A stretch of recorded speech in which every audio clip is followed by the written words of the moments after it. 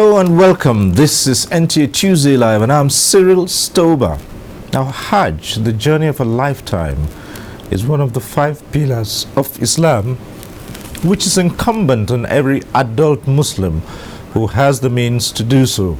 Now, for Nigeria, a total of 76,000 pilgrims are expected to perform this religious obligation, comprising 66,000 pilgrims from the 36 states of the Federation, the Federal Capital Territory, and the armed forces, with 10,000 others from the Hajj and Umrah tour operators, who are known as international pilgrims. Now, with a new leadership in place, the 2015 Hajj came with innovations introduced by the Saudi Arabian government called the e-tracking system, where the data of all intended pilgrims will be captured in the visa application before issuance.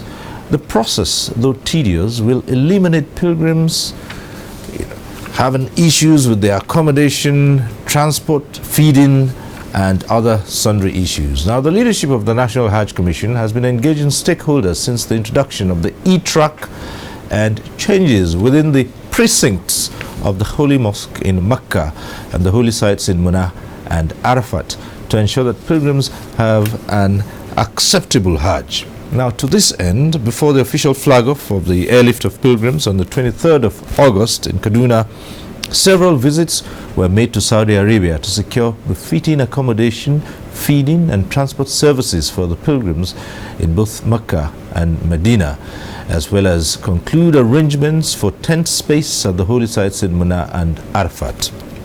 Now, at the inaugural flight, President Muhammadu Buhari gave notice that the federal government is to reduce the cost of Hajj operations and government's involvement in the exercise. So far, about 40,000 pilgrims have been airlifted to the Kingdom of Saudi Arabia ahead of the Hajj exercise. Now, what does the reduction of the costs of the Hajj and government involvement entail? What can be done to make the exercise self-sustaining as in other climes? These are some of the issues we'll be raising tonight with a team of experts. But first, let's get to see this report by Aliu Tukur. Hajj is one of the 5 pillars of Islam, where every able Muslim is required to perform at least once in a lifetime. It is an ultimate form of worship that demands great sacrifice from the believer. On this unique occasion, over 2 million Muslim faithful from all over the world do gather in the Holy Land to observe the Hajj rite.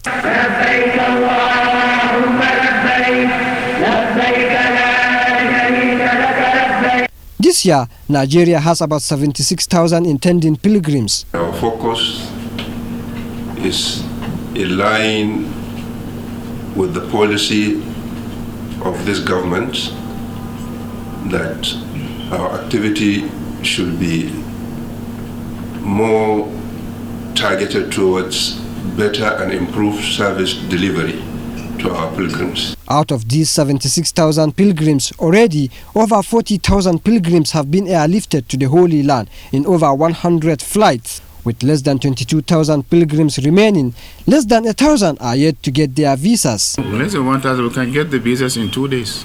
Okay. Yes, there's no problem about that. In fact, actually would have gotten all the visas, but unfortunately here and there we have some problematic cases whereby the passports don't reflect on the card reader.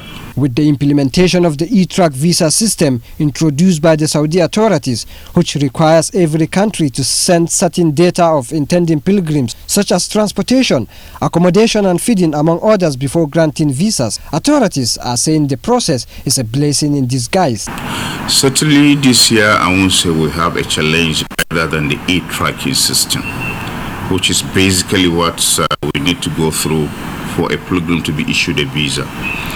But fortunately, it has turned out to be a blessing because, like I told you, out of 66,000 pilgrims, over 65 have been given visas already.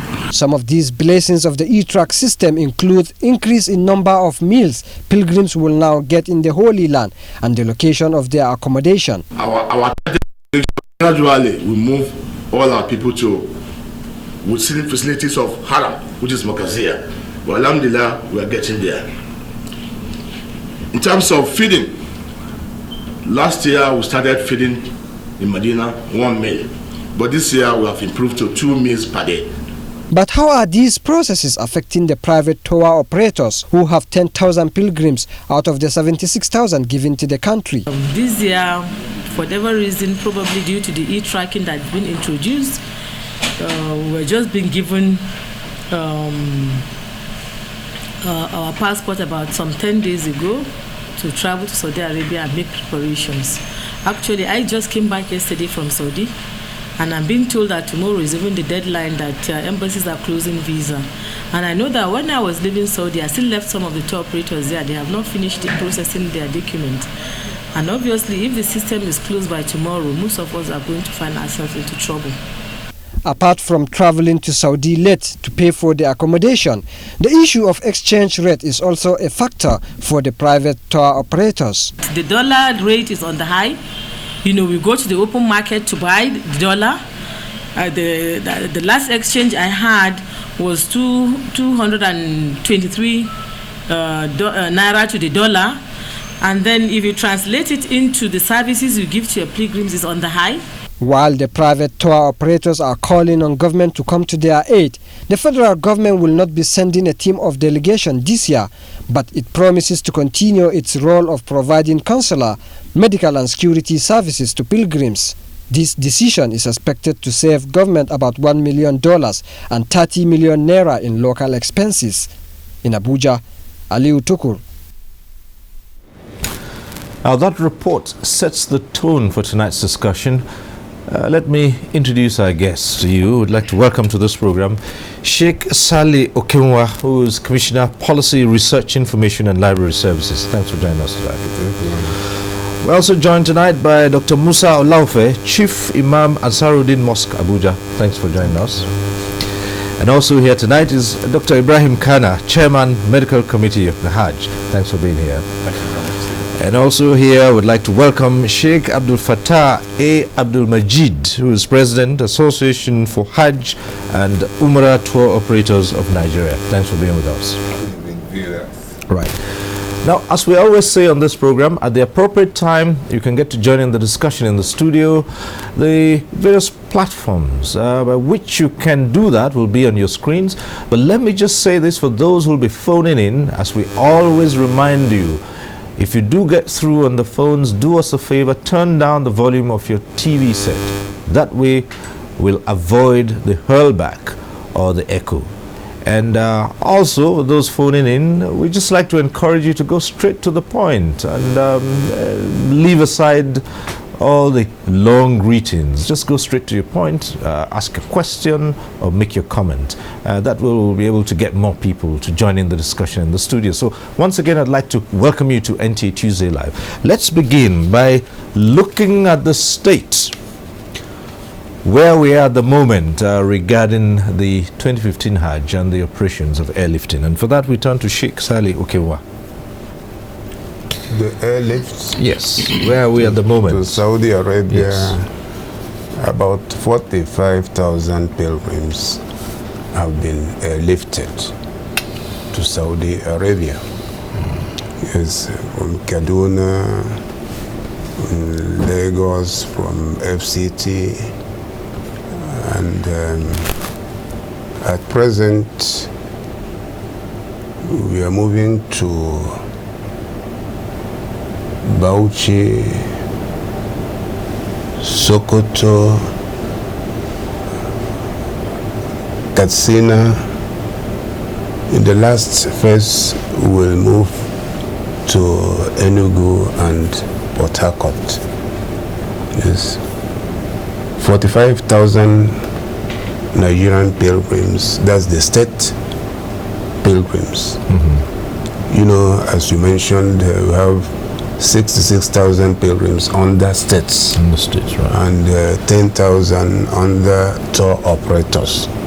Yes, we are talking of the 66,000 slots under states.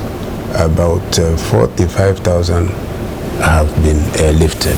So you'd say so far that's a smooth exercise. It's a smooth exercise. And you're hoping that you'd meet the deadline for the closure of the Jeddah airport? Yes. Because we know in the past this has always provided some challenges. No, we'll meet the deadline. There's no problem. Inshallah, by 17th of this month, we'll be having the last flight to Saudi Arabia.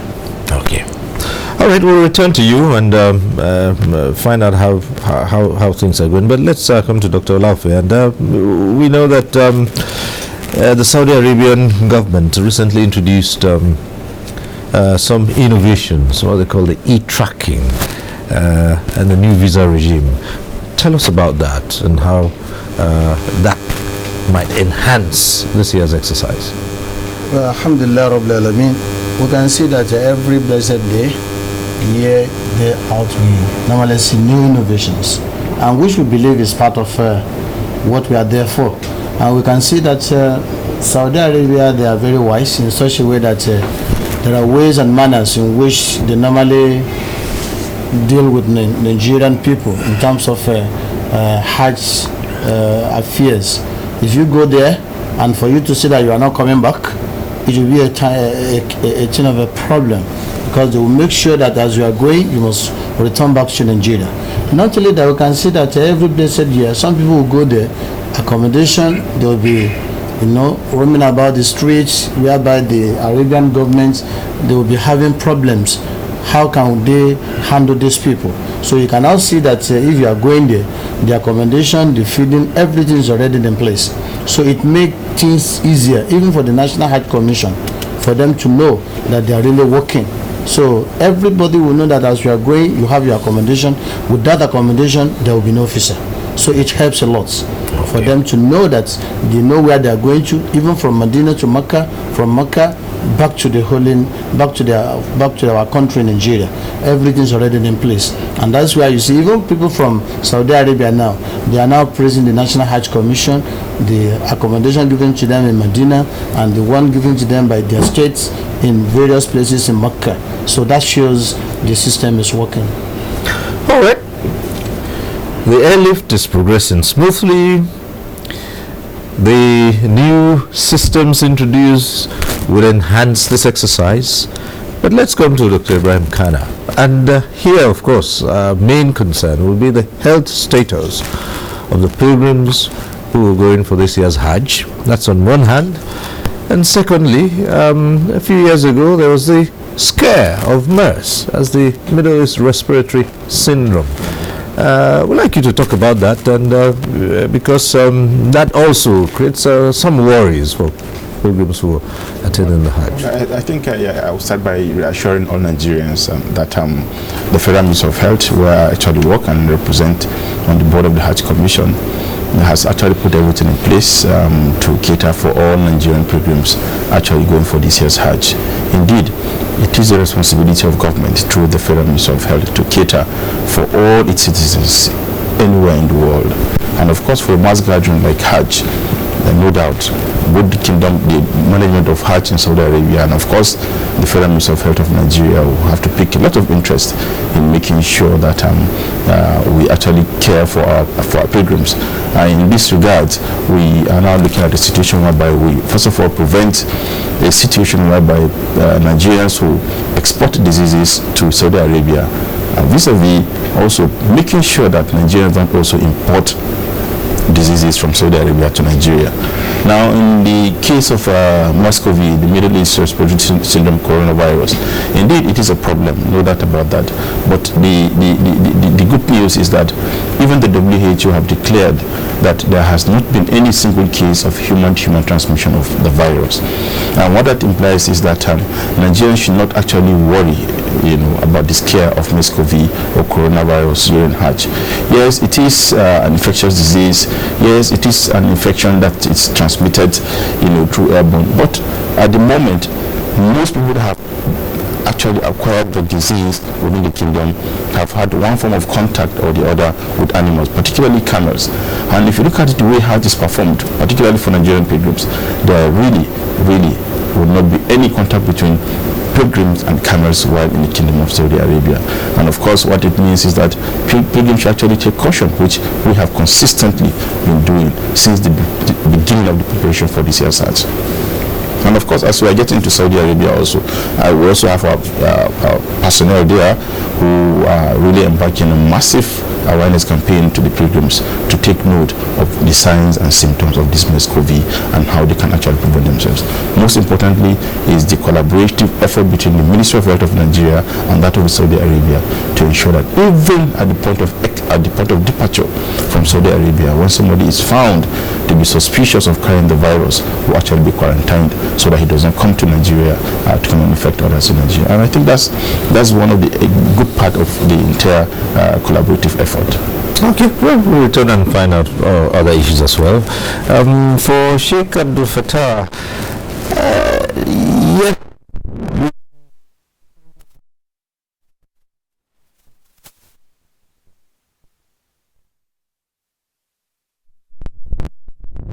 in the number of pilgrims, is this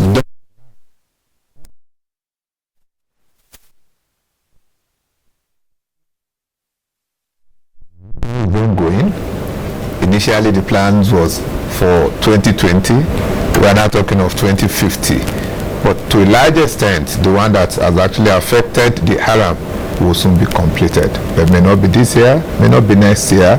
Maybe by 2016, 2017, perhaps they will be done with the reconstruction of the Haram. How do I mean when I say the Haram? I'm talking of the mosque surrounding the Kaaba. Is it because the Kaaba, the black, then the mosque surrounding it is the Haram? But in addition to that, the entire because all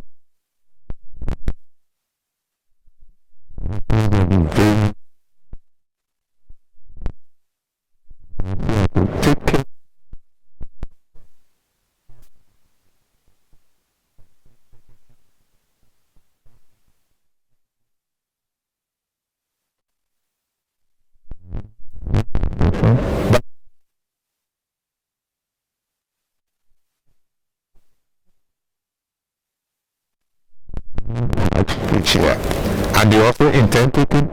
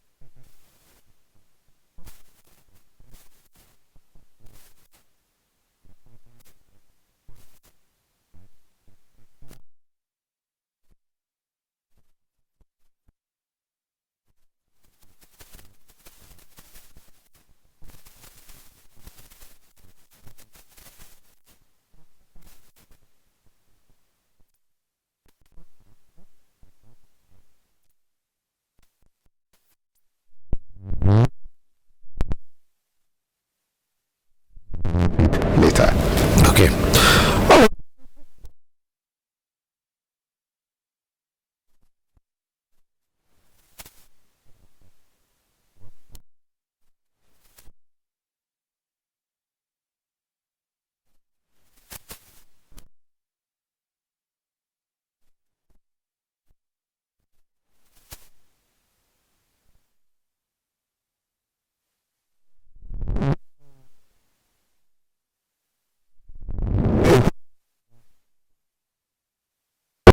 But today,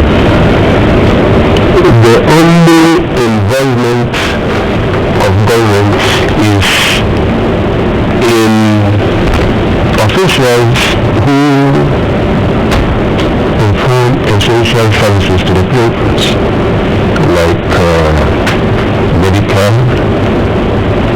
like security, and the federal government delegation. The president now announced that for this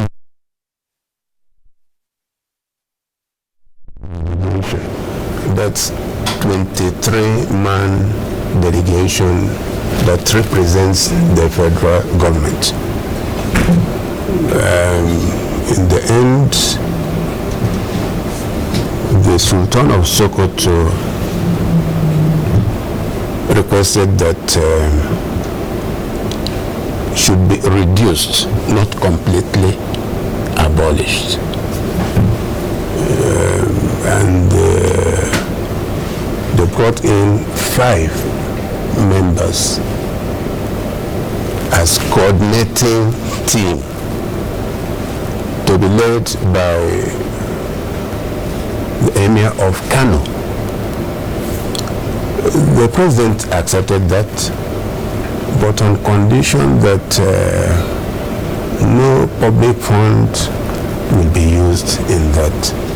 So the reduction we are actually talking about now is the federal government delegation is being removed from the expenses. All right. Well,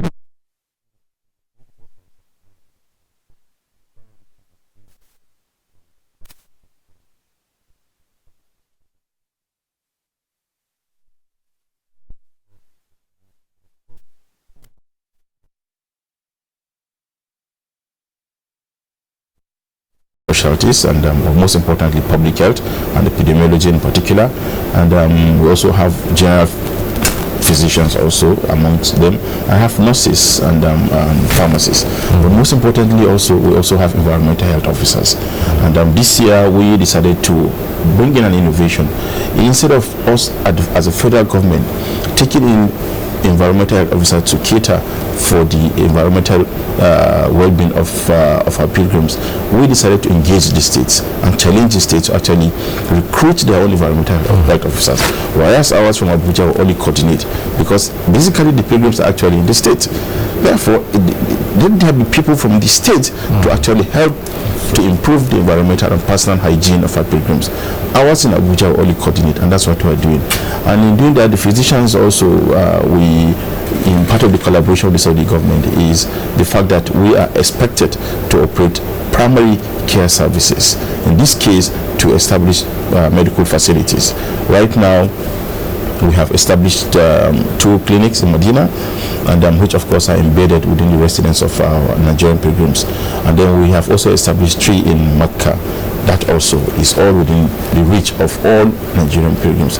So essentially, when Nigerian pilgrims develop any medical problem, besides the fact that the state actually have their own medical team, in an event where they are not able to cope with that, they are not present enough fault, or rather refer the patient to our clinics where our doctors are there.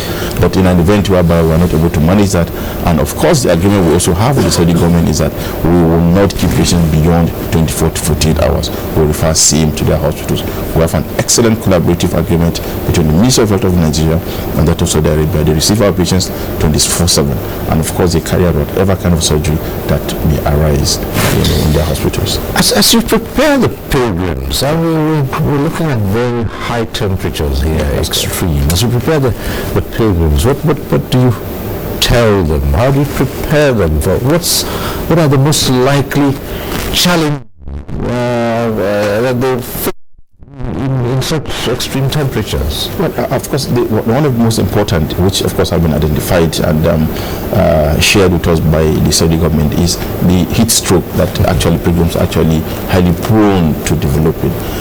More often than not, pilgrims actually walk between their residence to the mosque at its haram, either in Mecca or in Medina. Therefore, they're exposed to actually sun.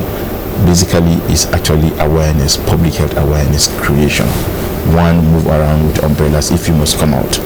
2, because of the extreme weather, incidentally, Saudi government at the part where pilgrims actually move from residence to the haram, there are actually various water points, very cold water, and we have actually been telling our pilgrims, as you are moving from wherever location to another location, once you feel temperatures are going high in your system, you are so hot, stop by, drink water, sprinkle some on your head before you move on. But most importantly, it is for pilgrims to learn to stay in one place. thank goodness all the residents in both Makkah and Medina are all equipped with air conditioners. So they should actually stay and continue to pray. After all, that's what actually took them not roaming around within the kingdom. Okay, well, that's as far as the astrophysics.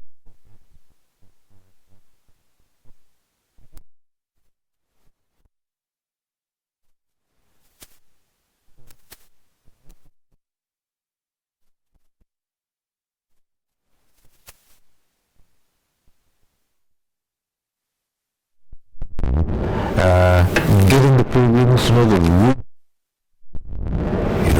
How far have we gone in that? Well, we thank God that because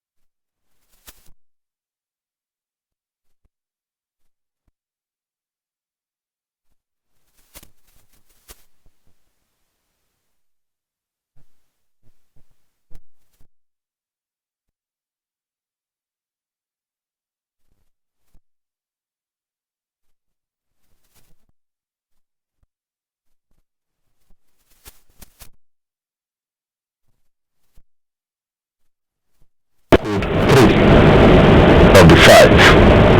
Say your Salat Subuh at the Haram so that you can get 100,000 reward. That's about 55 years in reward. Say your Astri, say Zuhr and Astri at home where you are residing. The Maghrib and Isha go to the Haram. So you have 3 of the 5. If you are so that the dehydration, the sunstroke will not affect you. Then in terms of what they are going to do there are various books that have been written and various guides that is given, and also the television and the radio enlightenment going on aside from the regular weekly lectures organized by the various states, pilgrim welfare board, by the tour operators, to tell them what they be doing where and some of the challenges they may face. For instance, by the time you get to Jeddah, they put you in a room, nobody there, because you cannot speak Arabic, you speak English. Yes, they want to ensure that where you are kept is when it's your turn that you will be called, because the arrival of the flight from different parts of the world, almost every minute, every second is coming. So they want to take care of one.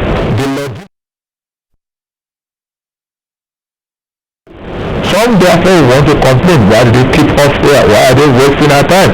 So you need to prepare their mind that look, they are not wasting your time.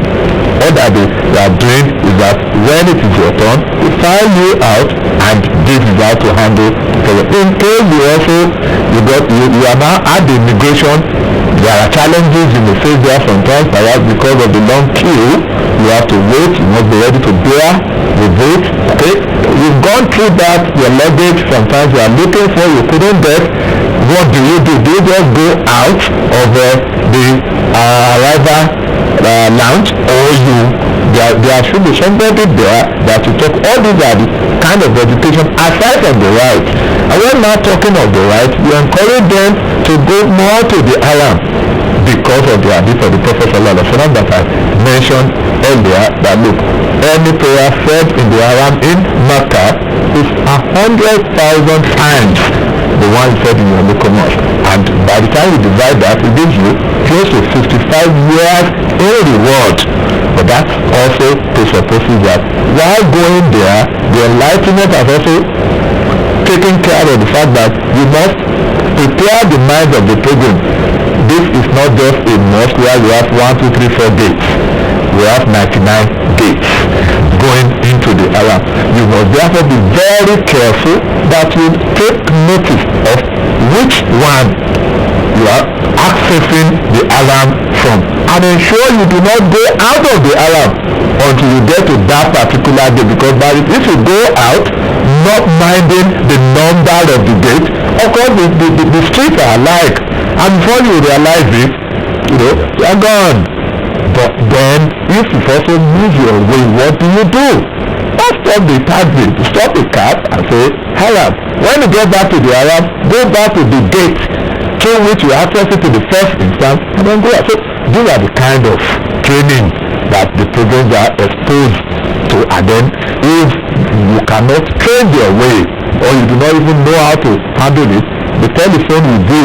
You must necessarily be having the telephone number of your leader, your tour guide, or the state coordinator to say, okay, I cannot find my way again. So this usually takes almost 4, 5, 6 weeks to be able to prepare their mind about what will necessarily happen there, and that is ongoing. Don't want the radio, because even on the new media is also doing that now. Yes, because the Hajj Commission introduced radio and television programs, and we're going to say this must have been based on what you have noticed in past exercises. Now, over time, what is the success rate of this new enlightenment that you're carrying out? Well, in the past, we used to organize workshops, invite the states to each state tell us how they enlighten their programs, and the aim is for the other states to learn from each other. But what is new this year is that we want to use the radio and TV, even though NTA disappointed us somehow. The aim was to have a wider coverage. Yes, and I think that's actually very good. Alright, the phone lines are already open, and incidentally our first caller tonight is Andrew Ajayi. I believe is the same one who is referred to as the radio senator, right? Andrew Ajayi from Port Harcourt. Yes, Mr. Steven Stuba, good evening to you, and good greetings to the studio guest. My name is Andrew Ajayi. I'm calling you from Port Harcourt. I must confess that the analysis you have given so far is quite lucid, very clear, and you are enlightening the Nigerian public, and at the same time telling the people what they are supposed to do. I want to ask you one very important question. I know of friends, people who would want to go to the pilgrimage many times. What is actually this behavior, especially in the face of economic crunch or hardship that is bedeviling some persons? You still see some people want to go there severally. What is the significance of this? Can you please show some enlightenment to us on that? And lastly, I want to appeal to you, because the human being is like a stubborn person, especially when this the man with the umbrella here now, the one with the white beard, the two of them have white beard, but the one with the white cap, was saying that you have this big 99 doors that people could miss their way and they will be gone. I am telling you that some Nigerians will not listen to you because they are stubborn.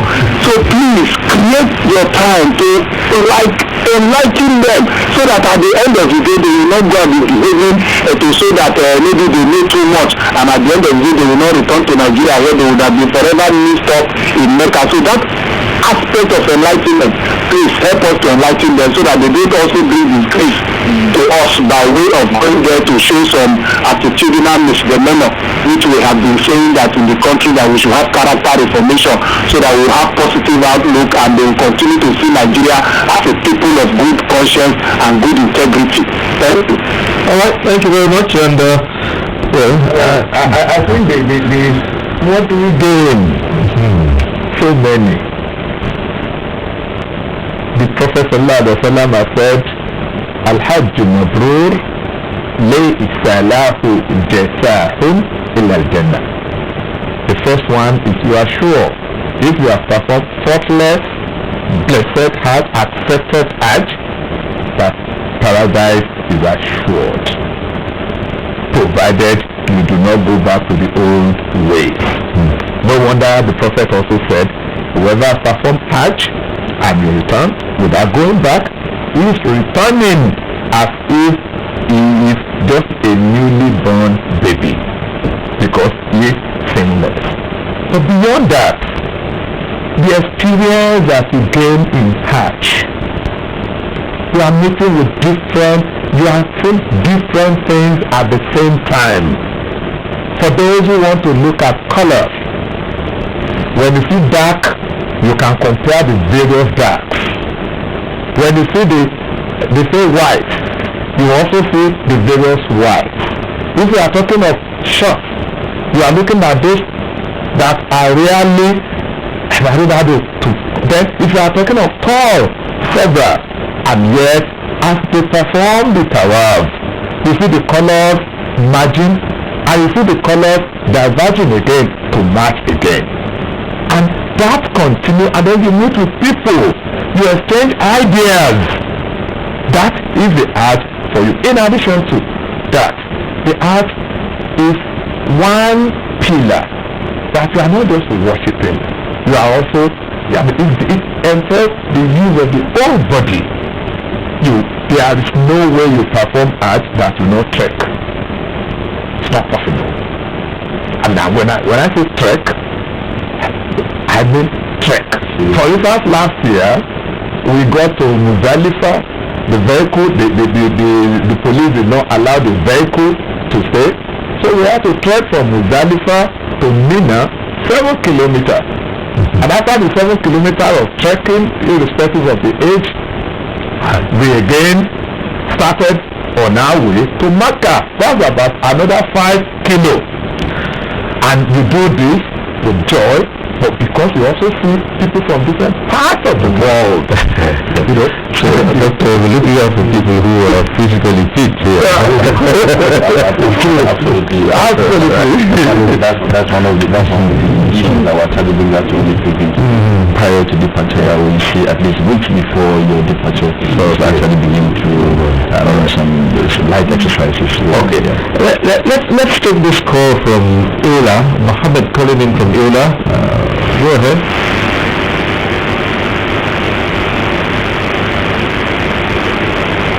Hello, Mohammed. Assalamu alaikum. My question goes to the medical team. Okay. I would like to find out on the patient, on the intended pilgrims who are on constant drugs, most especially the diabetes, the hypertensive patient with HIV, who are on drugs constantly. Are they allowed to carry their drugs to Mecca, or they need a document from the hospital to explain their status, or is the medical team responsible to carry those drugs for them there to go and take it, because those patients are normally on a daily drugs? So I want this explanation from the health team. Thank you. May Allah guide you and protect you and give you all the strength to perform the Hajj of the 2015. Thank you. Assalamu alaikum. Yeah, I think that's an excellent question. Yeah, of course, as age is advancing and the prevalence, of course, of non-communicable diseases, of course, on the increase worldwide. Therefore, we see many patients, or rather many pilgrims who are hypertensive, diabetic, and of course some with other forms of chronic illnesses. Now, Saudi Arabia is a very, very strict country when it comes to drug importation. They are very, very strict, unlike drugs that our country, where actually people actually peddle drugs all around. For you to come into the kingdom with drugs, really there must be clearance. and is a discussion that we've been having between the Federal Ministry of Health, Hajj Commission, and the Saudi Food and Drug Administration. And we have clearly identified the kind of drugs that Nigerians are supposed to take into the kingdom. There are some drugs that are completely banned. There are some drugs that are controlled, and we have constantly reminded Nigerian pilgrims that those controlled and contraband drugs should not be taken by pilgrims, because some of those drugs, if you are caught them in the airport, you either have strict jail terms or, as a matter of fact, actually is death penalty.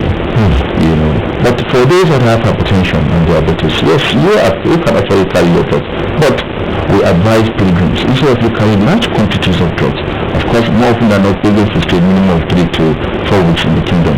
We don't expect Nigerian pilgrims to carry drugs for 3 weeks to 4 weeks along with them. What we advise usually is maybe take for 2 to 3 day dose, because you are going to fly from wherever center you are in Nigeria to the kingdom before you encounter our facilities, either in Mecca or in Medina. In fact, because of this, that's why we have actually established a health post at the Jeddah airport. Our personnel are there, so that as pilgrims are arriving, if you are potentially diabetic, at least you'll be able to have one form of anti-diabetic or oral anti-diabetic drugs with our facilities there. In other words, you can take 2 to 3 day dosage. But if you take beyond that, actually it will be impounded in the airport and you be suspect. For HIV and tuberculosis, the Federal Ministry of Health every year donates such drugs free of charge to the National Health Commission of Nigeria. This year we have done that because as an agreement, the king, the custodian of the True Holy Mosque, has approved that anybody who is HIV positive can actually perform Hajj. The reason is because as a pilgrim, it is expected that your business in the kingdom is just to go and do Hajj from your country and back to your country. So you don't have any problem, you don't have to carry those drugs. We will always give you the drugs, whether in Makkah or Medina from our facility. Okay, we'll return to you on the issue of that drug, but let's take this other call coming from Gombe. Mohammed from Gombe. Hello.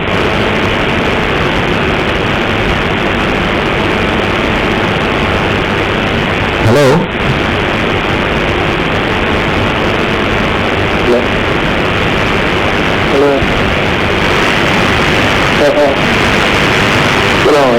Yes, we're listening to you.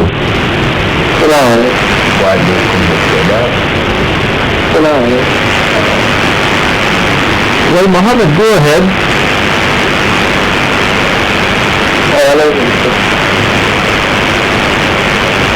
Okay. We'll encourage you to call back anyway. But if I might just get a little bit, now you've given assurances that for those who necessarily have to be on medication, they can just take 3 days doses, not more. Absolutely. And the assurances are there that they will have the required drugs for the period they are in. Definitely. However, there are some pilgrims also, there are some patients, rather in this case, I use the word patient. There are some patients who are actually on very special or rare anti-diabetic or anti-hypertensive drugs.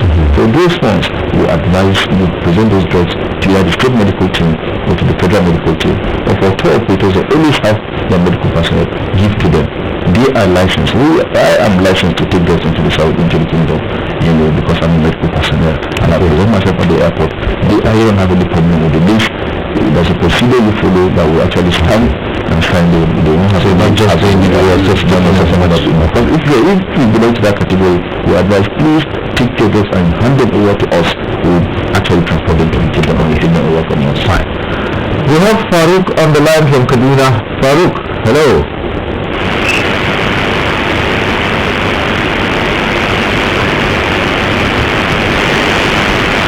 Hello, Farouk.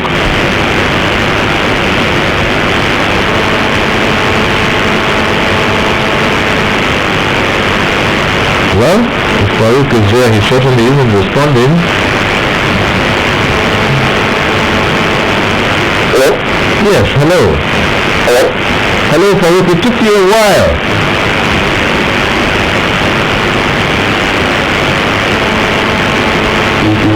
Okay, well, I think again, we'll advise Farouk. Yes, but we can't keep dwelling on her. Farouk, yes, go ahead. If you're there, just go ahead with a question or comment. Hello. All right. Farouk, we will have to ask you to call back later as we go ahead. Now, you just mentioned that there's a high restriction on drugs that you can take. We also know that there is a restriction on food items as well. And we're wondering here how well pilgrims have been prepared and educated and enlightened about what to carry and what not to carry.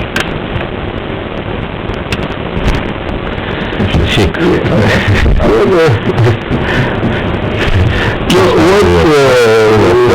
Advice the normal food you get over there in Saudi Arabia is rice and chicken and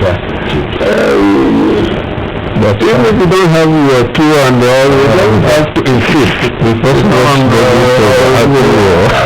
apple or amala, all those, you don't have to insist on that sort of thing.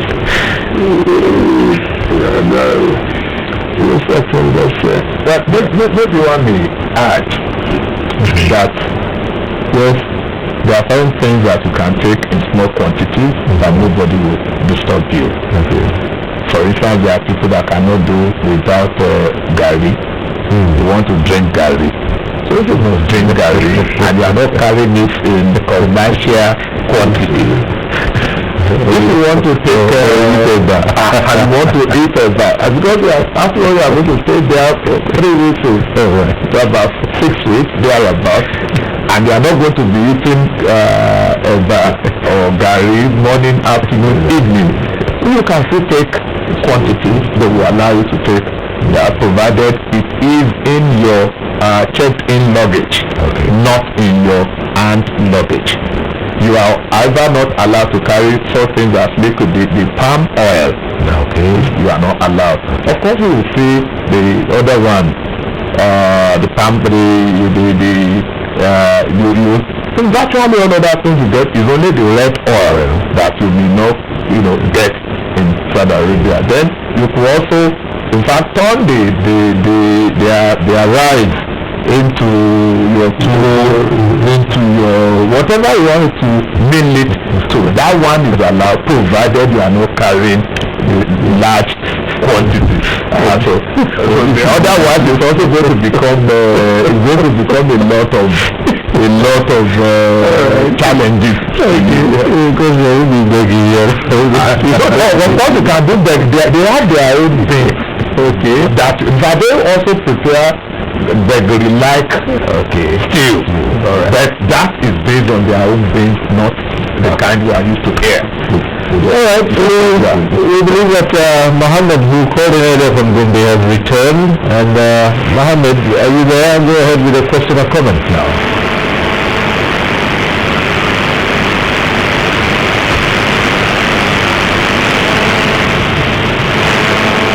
Oh dear. Assalamu alaikum wa rahmatullah. Wa alaikum salam wa rahmatullah wa barakatuh. I'm going from the house of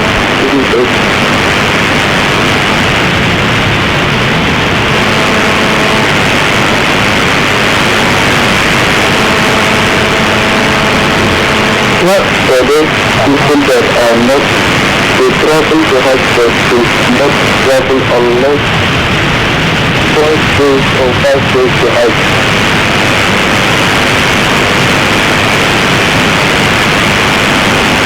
I'm not sure we can get you. Mohammed, you know what we do? You have to call back. Because we really can't get coming back at least 3 to 5 days. I don't know, maybe they are.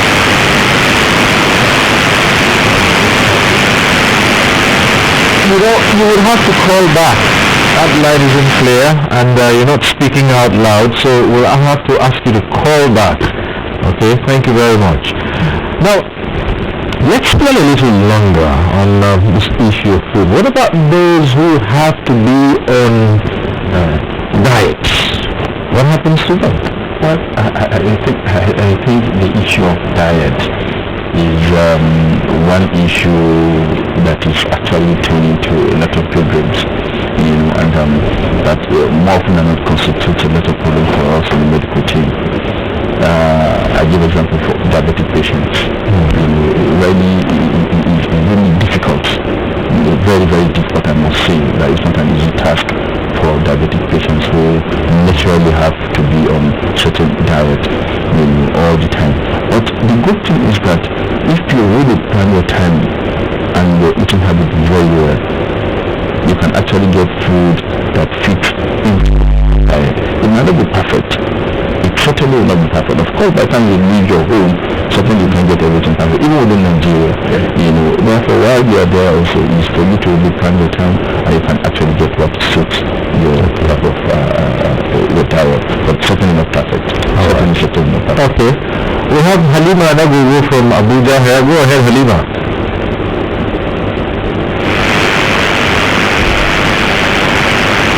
Hello? Assalamu alaikum. I have a question, and I don't know, I wish you had a representative from the Saudi embassy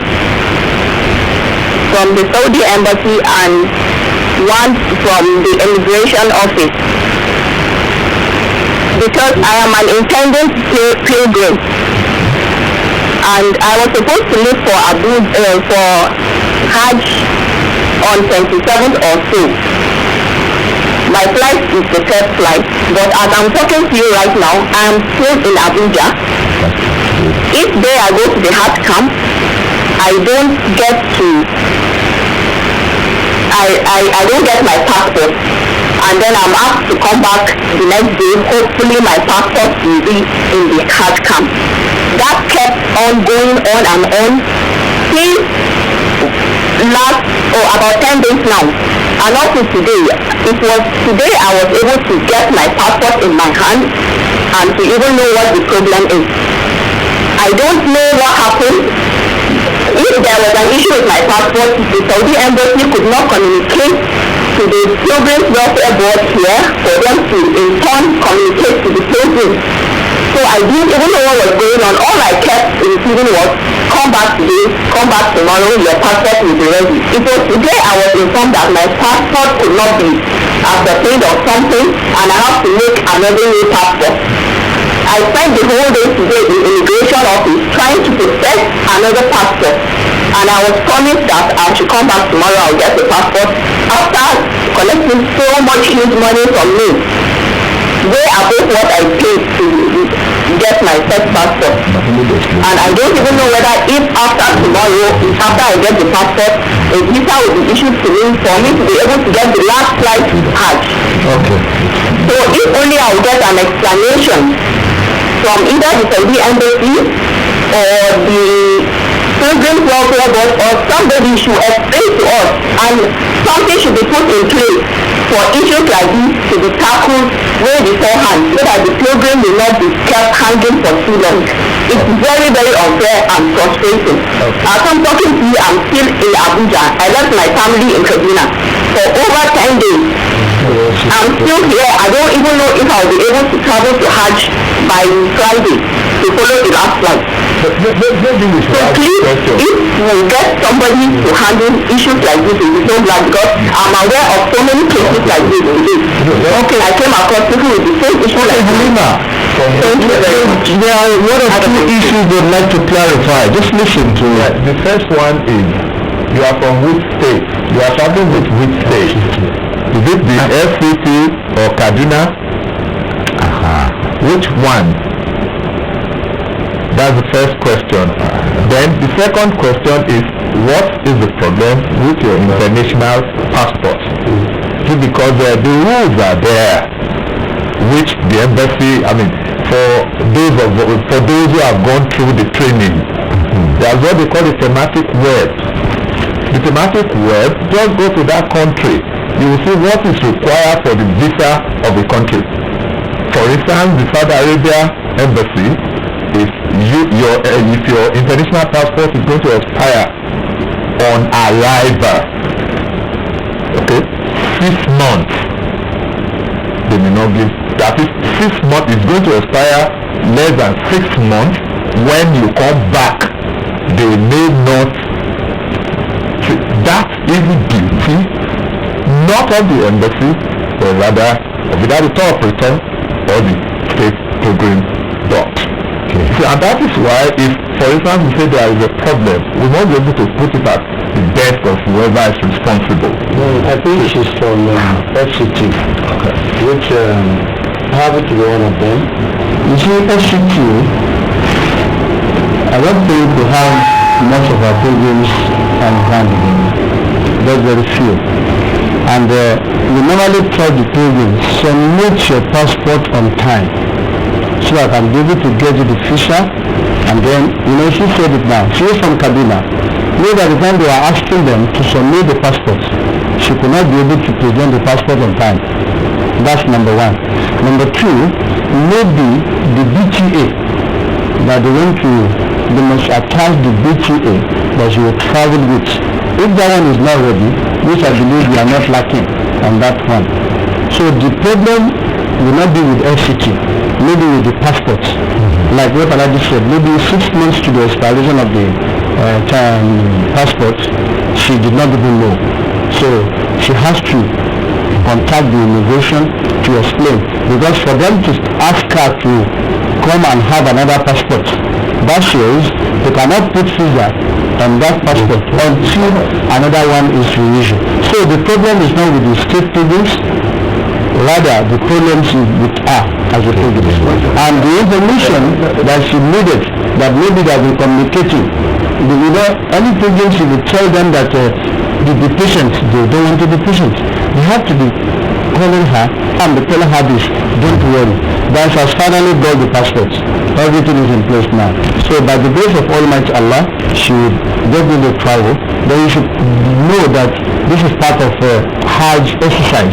You start this either from Hajj camp or from the state pilgrims or even at the airport. You will see that when you get to the airport at times, the flight that will take you may not be, the train is on its way coming, or is already there, but the pilgrims themselves, they will delay to the extent that they can still spend about 5-6 hours before they can move in. I think apart from there are a number of issues, and I think we should clear this. Because if she's just having an international passport today, I'm afraid chances are she will not make it. That's a moment, because by 12 noon tomorrow, any passport that has not gotten into the embassy, you should forget it. That's the rule.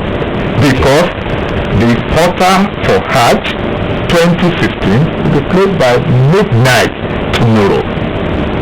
Of course, with Saudi midnight, that is 10 o'clock Nigerian time. So if she has not gotten the international passport now, and they also the e-track thing they have to do, I'm afraid, because we should tell ourselves the own truth, it may not be possible. But why would ordinarily, based on the thematic work and that I've mentioned, there are a number of things that we also should be conversant with.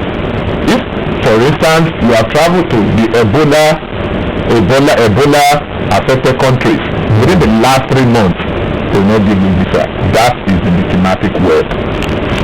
But that was why we want her to, if for instance she has been able to tell us what the problem is, because and each country will have their rules.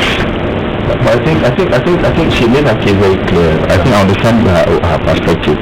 I recall the last meeting we had, the stakeholders meeting, the representative of immigration, BCG Babandede, actually mentioned the fact that some passports may not be read by the computer in the Saudi embassy. And I think she falls within that category. Her passport actually got to the embassy and was returned back. And then issued the immigration council. There are some passports that were issued. 2 problems can arise. One, either there is a defect for the passport as an issue as it was being produced by immigration, which of course this is what Babandede said, the immigration services of Nigeria will take responsibility. If your passport gets to the Saudi embassy and is rejected or not read by the computer in the embassy, if the fault is from the immigration immigration will give you a fresh passport free of charge. However, he also mentioned, Mr. Jiwamonde, they also mentioned the fact that Nigerians also don't know how to manage our passport very well. That there's a chip inside our passport, that by the time you continue to put your passport inside your pocket, it can be mutilated.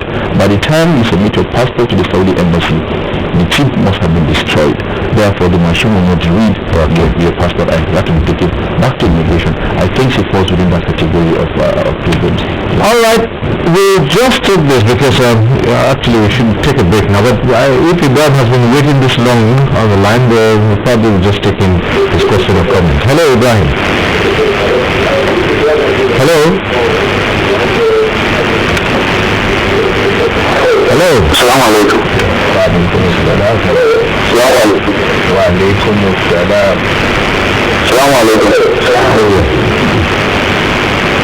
Yes, my question goes to the medical team. My question goes to the medical team. Go on with the question. Yes. This crisis of Ebola crisis. The Ebola outbreak. Yes, this Ebola crisis. We want to know what the measures they are taking from here in Nigeria and there in Saudi Arabia. So, can you please enlighten us?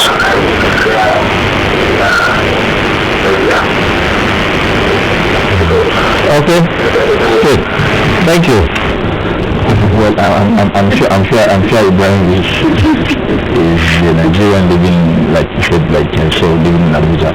There's no Ebola in Nigeria. Well, I'm sure I don't think there's Ebola in Nigeria. I don't pray for Ebola to come to Nigeria. Inshallah, declared Ebola free. In fact, over a year now, about a year now, Nigeria has been declared free of Ebola by the World Health Organization. There is no Ebola in Nigeria. Therefore, we are not afraid of any issues that have to be Ebola. If there's no Ebola in Nigeria, why should we worry ourselves? All right, yeah. Okay, we'll take a short break here. When we return, there will be more on the 2015 Hajj. Stay with us on NTA Tuesday Live. We'll be back shortly. The struggle for independence had been a long and tough one. Our founding fathers and compatriots sacrificed their comfort and even shed their blood. We cannot at this point in history afford to spirit away their sacrifices for immediate and temporary gains of gain. Let us emphasize what unites and not what divides us. Working for the unity of purpose with a stronger vision for a better tomorrow. NTA, growing with the nation. No matter where you come from, no matter your religion, we are one, let's live together. Let's not fight in each other, let them give us one. It doesn't matter where you come from, the tribe or religion, man, woman or child, it doesn't matter who you are, Nigerian bird. No matter where you come from, no matter your religion, we are one, let's live together.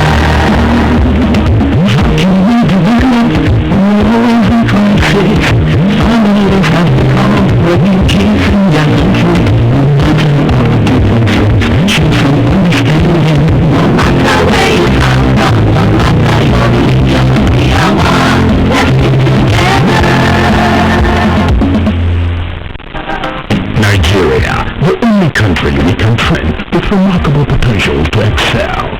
Let us believe in ourselves and change our attitude for the sake of our country and generations unborn. Let us revive our cultural values which are our essence as a nation. Let us renew the spirit of patriotism and hope in our dear country. Do not take or give bribe. Be punctual always. No more African time. We can't expect to be global citizens and operate on African time. Join the queue. Insist that people are attended to on a first-come basis no matter who they are or where they come from. Nigeria, good people, great nation.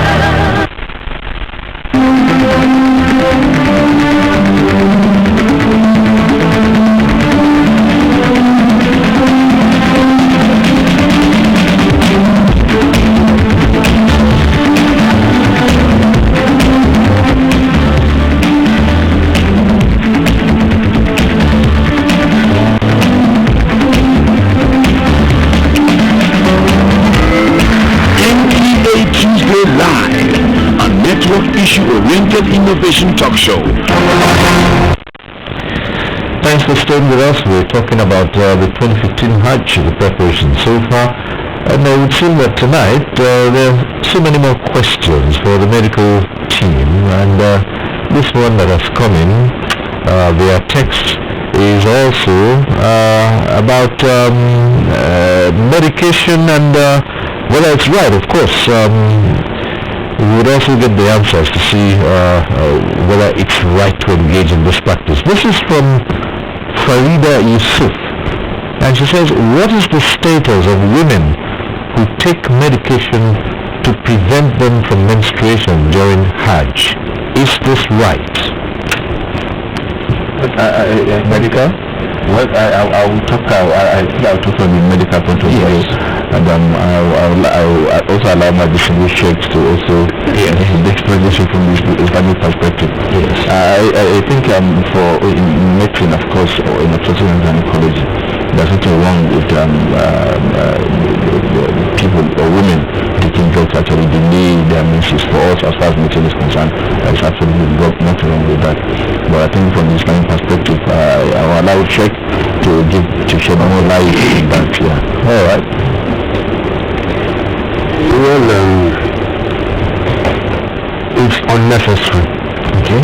Because menses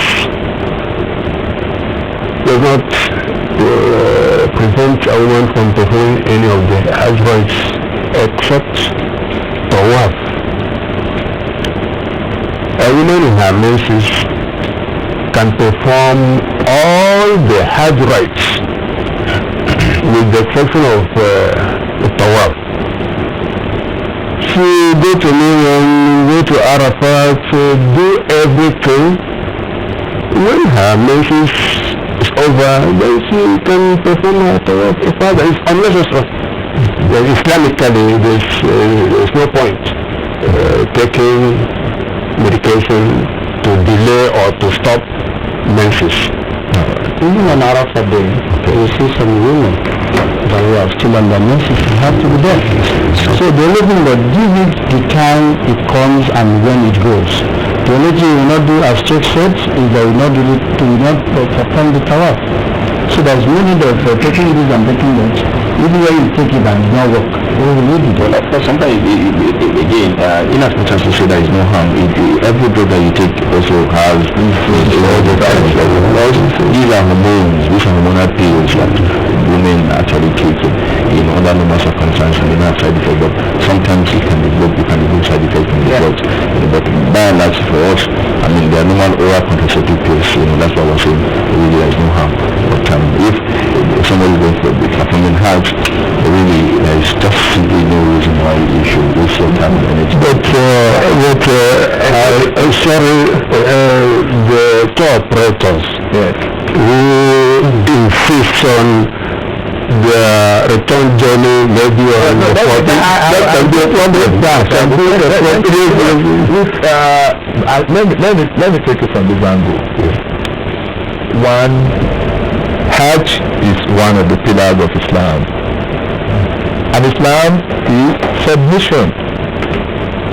Unfortunately, people thought it is the act. It's not necessary if, for instance, it happened to Aisha, the wife of the Prophet. I mean, she was in Memphis, and that doesn't stop her Hajj. Therefore, the women should realize that, in fact, being in that state gives them the opportunity to be able to talk to God that, look, it is your law that when I'm in this state, that I should not perform tawaf, that I should not say salat. This is what I want, and I will provide it. I remember a woman from Abuja here. She had her menses and started crying. But why are you crying? Why don't you pray to God in that state? And by the time we returned from that, she gave me a call that, look, Allah has answered my prayer. Even though when I was telling her that, look, you don't need to, it's Allah that says you should pray. But I said, when you are in that condition, you should not pray. So what's the problem? You are not the one that I said, this is for me, it's for him. But as for the tour operators, of course we know if a woman, because we have limited time, max, we are talking of about 21 days. Between 14 to 21 days, that's what we use most of the tour operators. The only challenge, if for instance, when you are coming in, you are in menses, of course you are not going to perform your Tawaful Umrah or Tawaful Qudum. When you are out of it, of course you can go to perform. And if you are in that state up to the time you go to Arafah, no problem. Okay. So then, however, where the problem will come is Tawaful, no, not Ifada, Tawaful Ifada, which is the Tawaful, the Tawaf of Hajj itself. Okay. That becomes a problem because you cannot do without that. Of course, there are a lot of authorities on that. If now it becomes unavoidable, it becomes a necessity, then you'll have to go to perform the Tawaful Hajj, because you cannot do, your Hajj will not be complete without it. That's the only challenge. But you may not perform the Tawaful Wada, which is to say bye-bye. The hadith is so clear on that for a woman who is in menses, she may not perform. The point is this. Right. If menses comes on 10th of the Hajj and the tour operator wants to fly back to Nigeria after 4 days, yes, that's where the problem can lie. And because from this operator, nothing can change. We have scheduled our return journey, nothing can change it. Well, yes, it's a problem. No, I know it's a problem, but I've also said they must comply with they follow the teachings of the Prophet and the sayings of the line. So here, if you have a situation like that, it is the teachings of the Prophet that will override every other consideration. That's the position. Thank you very much. All right. We have Gowon on the line from Jos. Hello? Hello, good evening, sir. Good evening. My question is this, sir. I want to know when we were kids. Hello? Go ahead. When we were very much young, we were told that the Hajj was performed by trekking to, Mecca and Medina. But these days, the Hajj these days is being performed by flight. So we want to know more about that. That's one of the questions I have. The second question here is that Nigerian factor is always a problem in the pilgrim board now. You find that it's always difficult for the poor masses to get a place in the house. So you discover that let's say some greedy ones, or how will I put it, they go to the house like 3-4 times. So I don't know what really is going on with the pilgrim system, even in the Christian board and even the Muslim board. So what are the measures the presidents are trying to put in place to stop all that from happening, sir? All right, if you can hear me, the second part of your question was clear, but the first part, I'm afraid you might have to repeat that first part of your question so that our guests can get to understand it. Something about when you were growing up? Yeah. When we were growing up, we were told that the Hajj was then people do trips to go to Mecca and Medina. Okay, all right. So, but we don't know what is really happening these days. That we were talking about flights, international passport and whatsoever. Okay, I don't know whether okay, now we get it. Nobody walks there anymore. Rides a camel to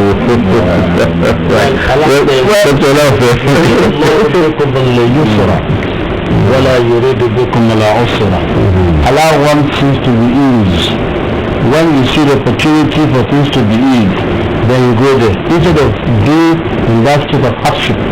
The technology is already in place, so there is no need of wasting time spending 2-3 months before you go there again. So because those who normally do that, in the olden days you said it when you are young, then you are not young again.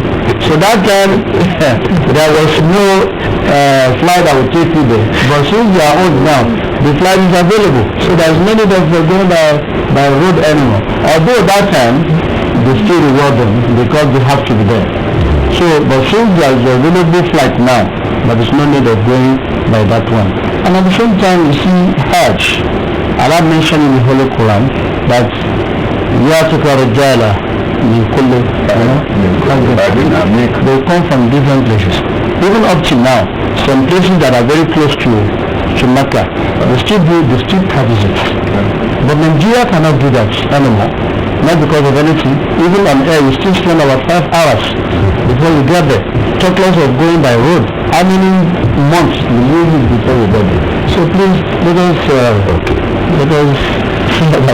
Now, the second part of the question has to do with something that was raised earlier, and that had to do with the people who go to the Hajj, who perform the Hajj multiple times, where there are those who are just struggling to get to perform Hajj once. So was there a policy, or what happened to a proposed policy of encouraging first-timers against people who have gone 5, 6, 7, and I know some people who have performed Hajj up to 10 times.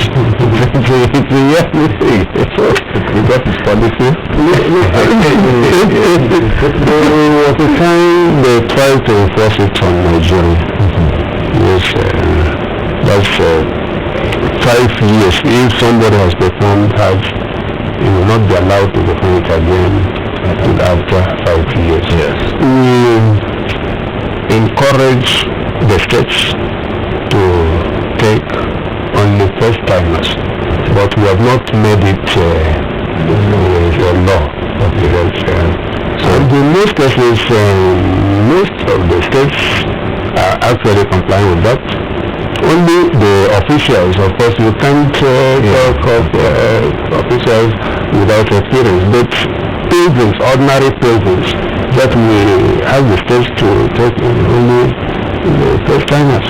There's an addition to that is as long as it doesn't disturb the first timers, and we have areas that you want to spend your own money on, because people, for instance, will say I'm going on holidays too,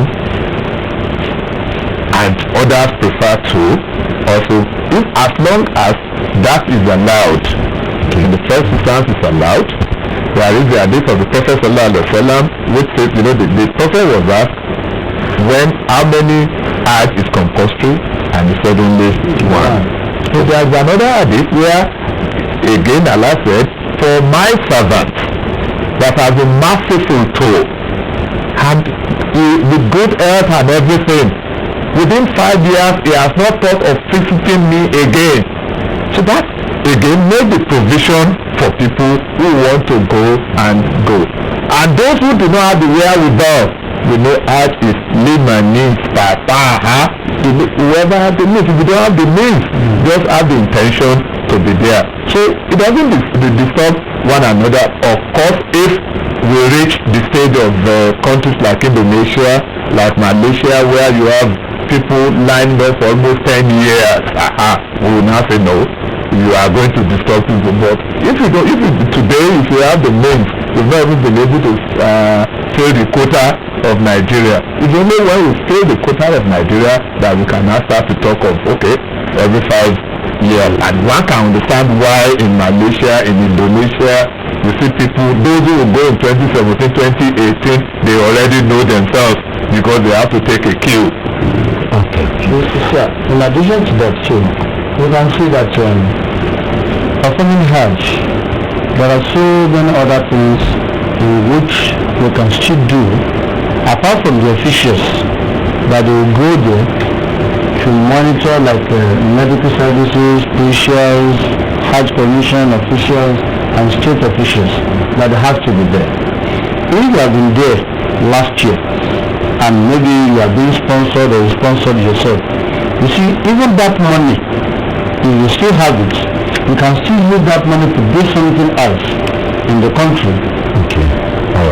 to fight against poverty. So by the time God still give you that money, then you can still go. Not that it has to be a routine that you have to be there every day. Okay, we have another caller on the line from Sokoto. Ali is calling in from Sokoto. Ali, go ahead with a question or comment.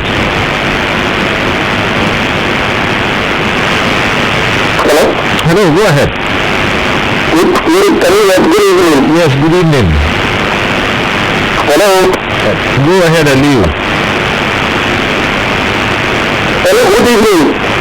Good evening. I would like to comment on the issue of government growth from the Hajj delegation of the team. Okay. Honestly, considering the fact that issue of diplomatic between one country to another country, so really Nigeria need to be represented in Saudi Arabia, issue of delegation, issue of medical clinic, issue of security, issue of awareness, talking about media. The only thing that government needs to change is the issue of this sponsorship from the federal government down to state and local government, because you cannot imagine the federal government can say about customers to invest to Saudi Arabia, and this are going year by year. So government only check the issue of sponsorship, but in the delegation between citizens, this large number of population to Saudi Arabia, they need to be accorded by Nigerians. They need to be guided by this delegation, because I went to have 2009, I really enjoy this government delegation of the team, because they are like an eye opener to me, because I'm in another country, they have to happen to me, like they are very responsible. So what I say, government should, I'm appealing, should look into this issue of delegation and issue of this team of the team, but they should check about this issue of sponsorship, because it's corruption. You can see about 500 presidents this year, next year and every year they're doing. But when you go to the countries like Indonesia and other Asian countries, governments are really involved in their figures of research. So please, I appeal to the government to please issue that is doing to look into this issue. Thank you very much. Thank you. Well, just made a recommendation, but let me tie that up with a mail we have received here. Speaking of the same subject, but from a different angle altogether. This is Dawab from Jos, and he says the move by the president to pull out direct government involvement in pilgrimages, Muslim or Christian, is highly commendable. In my opinion, government should pull out completely its sponsoring of pilgrims, government officials or individuals. This is because instances abound where politicians and appointee managers of pilgrimage repeatedly sponsor the same people and merely send their political cronies on pilgrim tourism as against the essence of such missions. Government, in my view, should only support the basics in coordination of pilgrimages such as medication. Right, and speaking of medication, we do have so many other questions for Dr. Ibrahim Kana here. I'll just tie two of them up. This one is a mail from Dr. Isa Baba of the University of Ilorin Teaching Hospital. And he says, how do you take care of mental health of pilgrims when you don't go with psychiatrists? In 2009, I was a pilgrim and we had patients with mental health challenges. I had to join the team as a psychiatrist voluntarily. It ties with something that Hussein Asule sent in, tweeted in here. Hussein Asule says, medical teams often abandon pilgrims to their fate. Drugs are given to loved ones. Let me tell you the issue of psychiatrists. Okay. Now, incidentally, in the last 5 years, we have full data of all the patients that we have been seeing. As a matter of fact, every year we analyze these on the category of disease that we actually treat in our clinics. As a result of that, it helps us in planning for subsequent years in terms of the kind of drugs we should procure, the kind of personnel we should even actually recruit. Now, the issue of mental illness is something that we have consistently been seeing, and I can tell you as chair of the committee, we always make preference or provision for psychiatrists, both resident psychiatrists, consultant psychiatrists, and also psychiatry nurses. We always have them. And as a matter of fact, even after recruitment of psychiatrists, I make sure that we distribute them. Some will go through Arafat, some goes Arafat, some in Medina, some in Makkah, and I think we are well covered. 2009 to date has been lot and lot of improvement in Hajj. Okay. Then the issue of drugs given to loved ones, I'm sorry, that is not true actually. Okay. Great answer. Well, Halima, who has a challenge, called in earlier, she's back on the line, and so hello. Hello, Halima.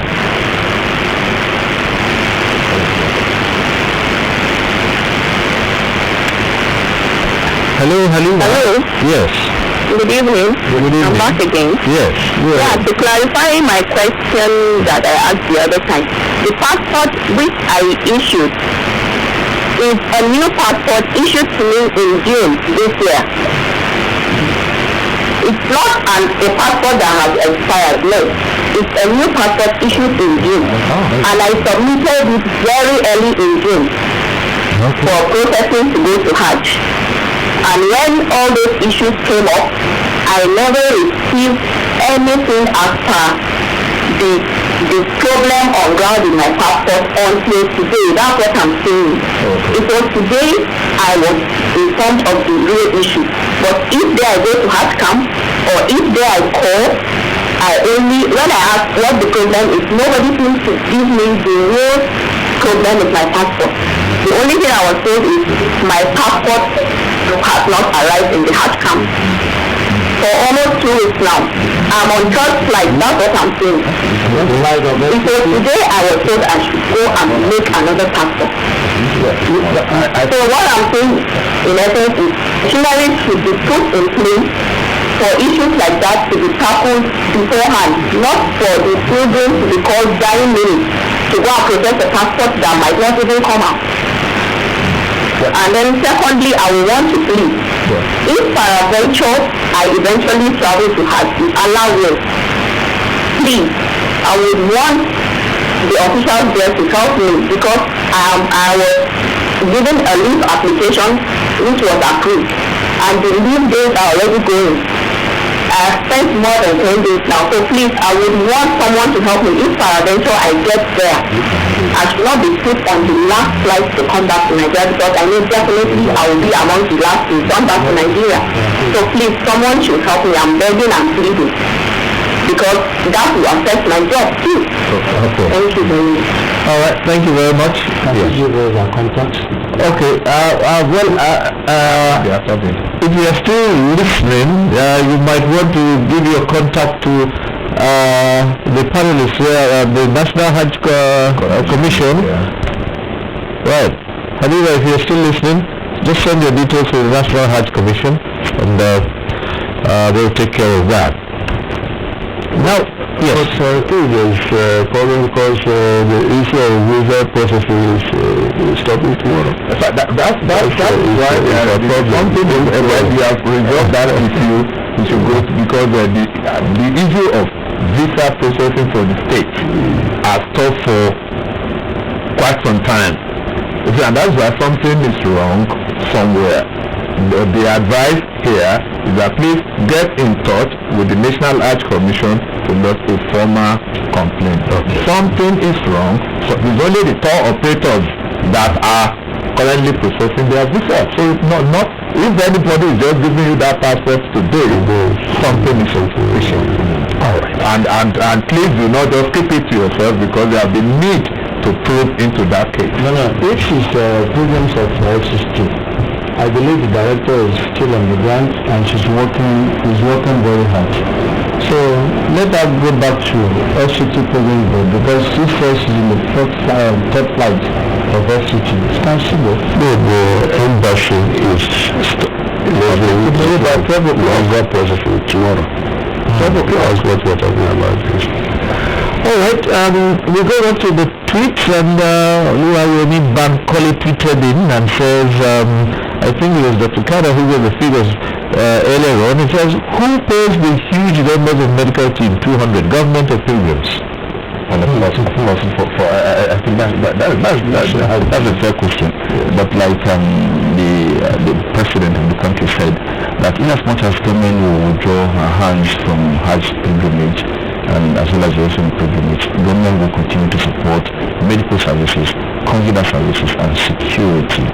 There is no way a responsible government would send 76,000 of her citizens to a mass gathering without providing Medicare. Government of Nigeria supports that, and we shall continue to do that, inshallah. Okay. We have Buba calling in from Kaduna. Buba, hello. Hello, good evening, sir. Yes, good evening. My own question is, the mosque surrounding the Mikat for those Hajj, late Hajj emanating from Nigeria to make a effort. I know that from Medina is clear. So what of those that are taking off from late from Nigeria to Hajj? Please make us more clearer about the flight of their Mikat. Okay. Thank you very much. All right. I think I can take that. The issue of Mikat, that is where you do your intention, the niyyah for the Ihram. For those that are traveling with the states, if you are going from Jeddah to Mecca, of course, you should talk to the officers.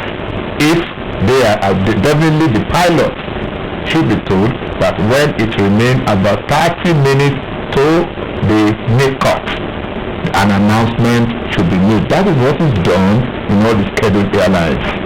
All scheduled airlines, 30 minutes to the Mikat, because it's either you are going into Kolon Manazil, you are going into your London, you are going into Jaffa. If you are coming from Medina, you are coming into Zul Hulayfa or Zatul Irki. So if you are airborne, 30 minutes to the point, based on their own knowledge, they will tell you you now have 30 minutes to the Mikat. You should now adorn your Ihram if you have not done so. A pilgrim that is traveling from Nigeria, therefore, and is going direct, if there will be confusion, you can even adorn your Ihram from Nigeria, because Jeddah is not Mikat. You will have bypassed the Mikat by some kilometers, and you will be due for animal sacrifice for having done that. But those going to Medina, then there is a law. If you have bypassed the Mikat, you can, and you are going to pass through another Mikat. Mikat is the station where you put on the white Ihram cloth. So if you have bypassed one and you are going to pass through another one, no problem. While going through the other one, then put on your Ihram, and that is why most Nigerians who have bypassed the one on the way while going to Medina, when they are leaving Medina from Mecca, they go to Zul Hulayfa, where they put on the Ihram and then face Mecca. So what one is saying in essence is that while you are airborne, if it's almost all other foreign carriers, 30 minutes to the Mikat, they announce, 5 minutes to the Mikat, they now tell you they are about. So which presupposes that you can bring forward your intention to make the Umrah or to make the Hajj from there. But if that is becoming problematic, even you can make your intention for the Ihram while leaving home. Alright, then since you're on the subject of flights, and you just mentioned now that if you're flying direct, why are some not flying direct to Medina? Thank you very much. Why are some not flying direct to Medina? There are a number of reasons. If, for instance, you are leaving late, like those of the tour operators, tomorrow is the 25th of Zul Hijjah, you will not be allowed to travel by road from Medina, from Mecca, from Jeddah to Medina after tomorrow, which is the 25th of Zul Hijjah. Therefore, you can only fly into Medina if you want to go to Medina. Otherwise, if on arrival in Jeddah, you will be asked to go to Mecca. That is on Thursday, because Wednesday, tomorrow, is the 25th of Zul Hijjah. I mean Zul Hijjah, thank you. So that is one reason why, based on the schedule. Like for example, on the 5th of Zul Hijjah, all pilgrims must leave Medina for Mecca. And also the night of the 5th of the Hijjah also off-light stops for the Hajj for that particular season. Now, based on that, if you are traveling earlier, of course you want to go through Medina, and I think we need to clarify this issue. Medina is not a part of Hajj at all.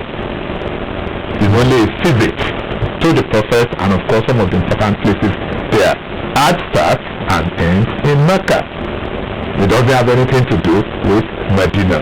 So, and that is why some will say, okay, they are going to spend this number of days and they are going straight. If you are therefore, if you can go straight, you can visit Medina, that's a visit. It's only by the time you are done in your Ihram, that is when you start the process of the Hajj. So it is allowed for you to either go through Medina or go through Jeddah. But Hajj starts and ends in Mecca alone. Alright. We have Abdulaziz calling in from Port Harcourt. Abdulaziz, hello, go ahead. Abdulaziz, go ahead. Assalamu alaikum.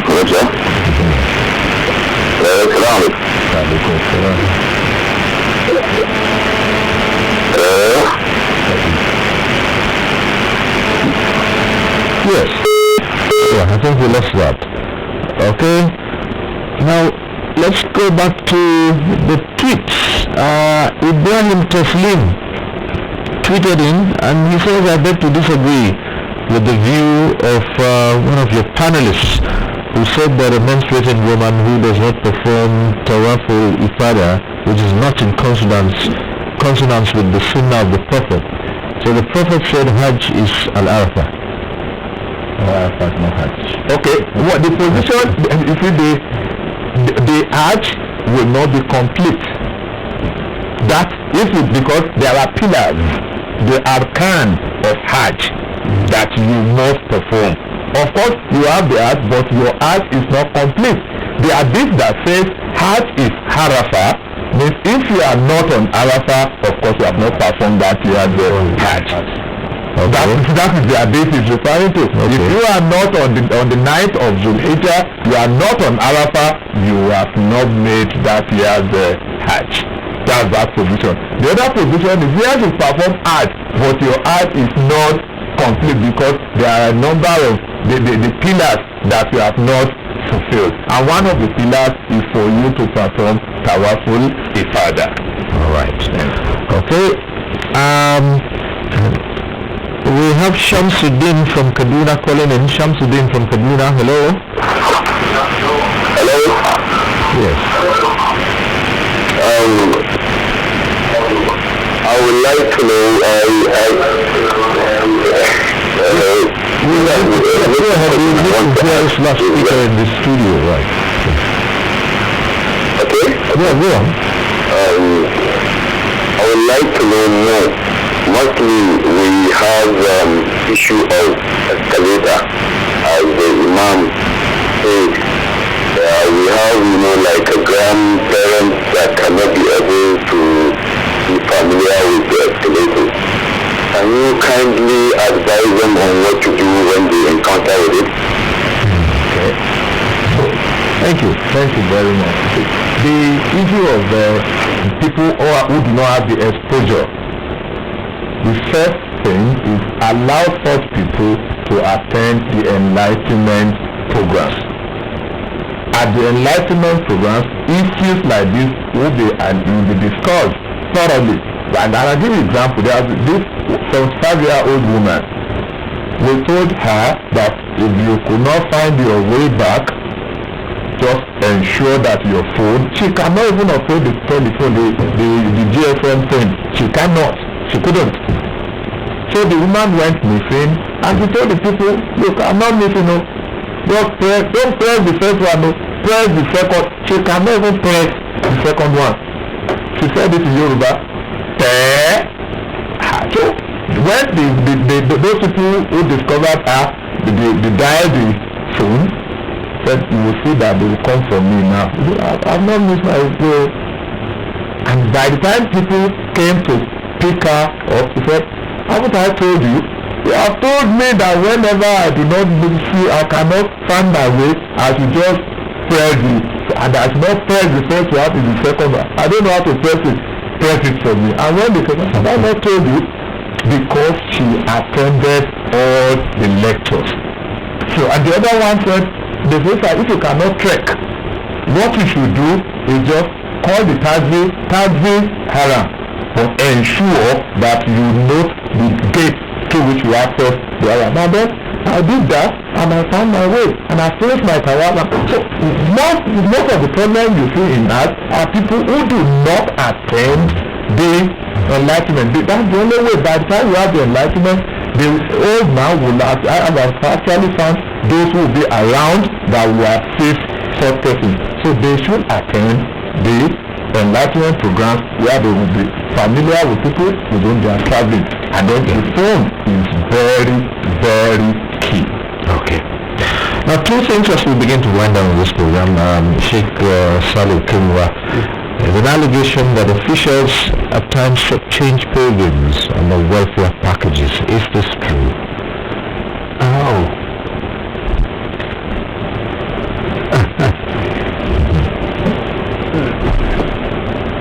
It will need some explanation how the officials should change. Really needs no explanation to open.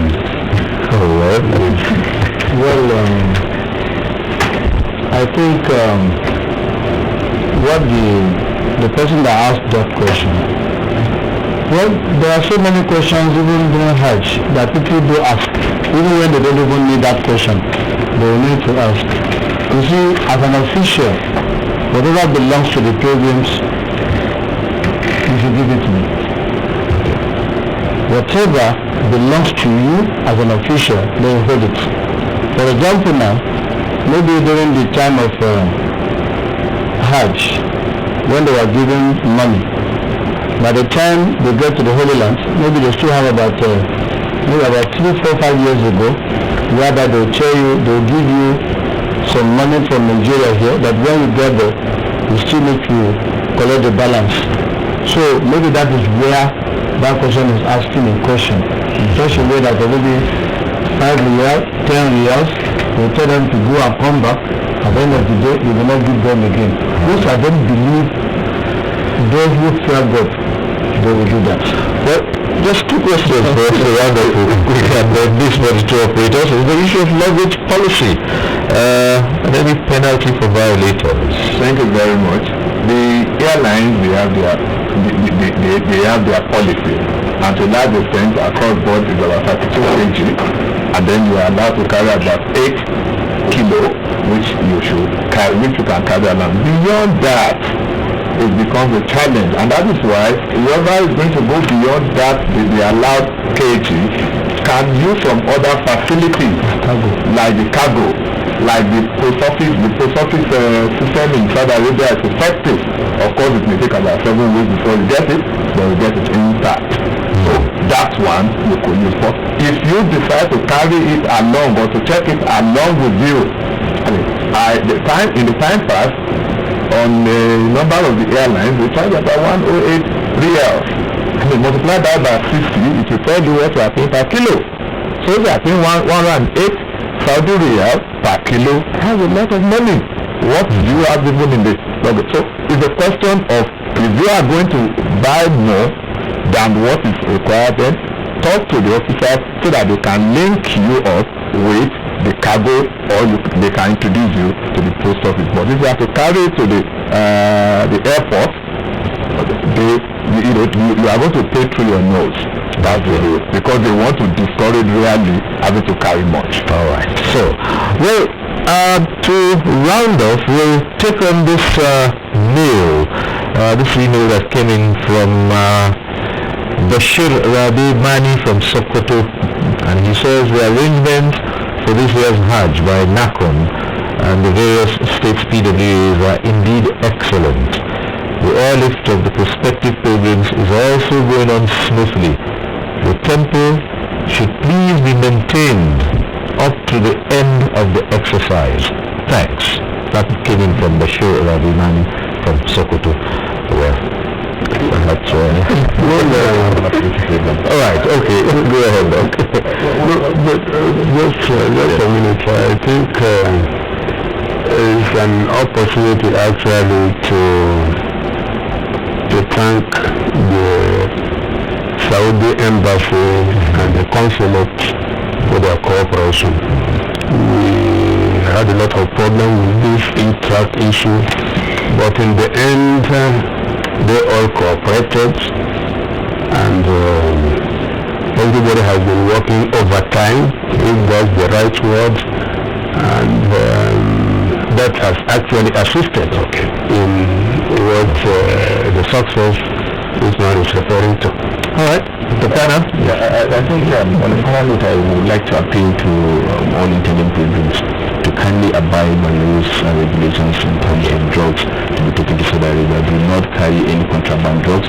Do not carry drugs that are not supposed to be taken to Saudi Arabia, because if you are caught in the airport, you either go straight to jail or get sentenced outrightly. All right, this would like to re-emphasize that. Emphasizing this to all the service.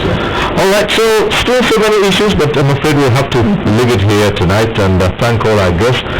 And by the way, on a final note, Halima, who called in, who's been having challenges with her passport, Halima should contact the National Hajj Commission first thing in the morning, or she should text her details to this number. Halima, if you're listening, text your details to 0805 532 1122. I take that number again, 0805 532 1122. That's for Halima. Contact the National Hajj Commission first thing in the morning, or text your details to that number. And so we'd like to thank our guests tonight for sharing their thoughts with us on this program. Sheikh Salih Kenwa, who's Commissioner, Policy Research Information and Library Services. Thank you very much. Dr. Musa Olaofe, Chief Imam of Asauddin Mosque, Abuja, we thank you for your time. Dr. Ibrahim Kana, who's Chairman of the Medical Committee on Hajj, thank you for being here. So many issues for and then for Sheikh Abdul Fattah Abdul Majid, President Association for Hajj and Umrah Tour Operators of Nigeria, we thank you for your time. And for all of you who stayed with us on the program, thank you for being part of NTA Tuesday Live. Next week we'll reach you again with another topic. I am Cyril Stober. Bye for now.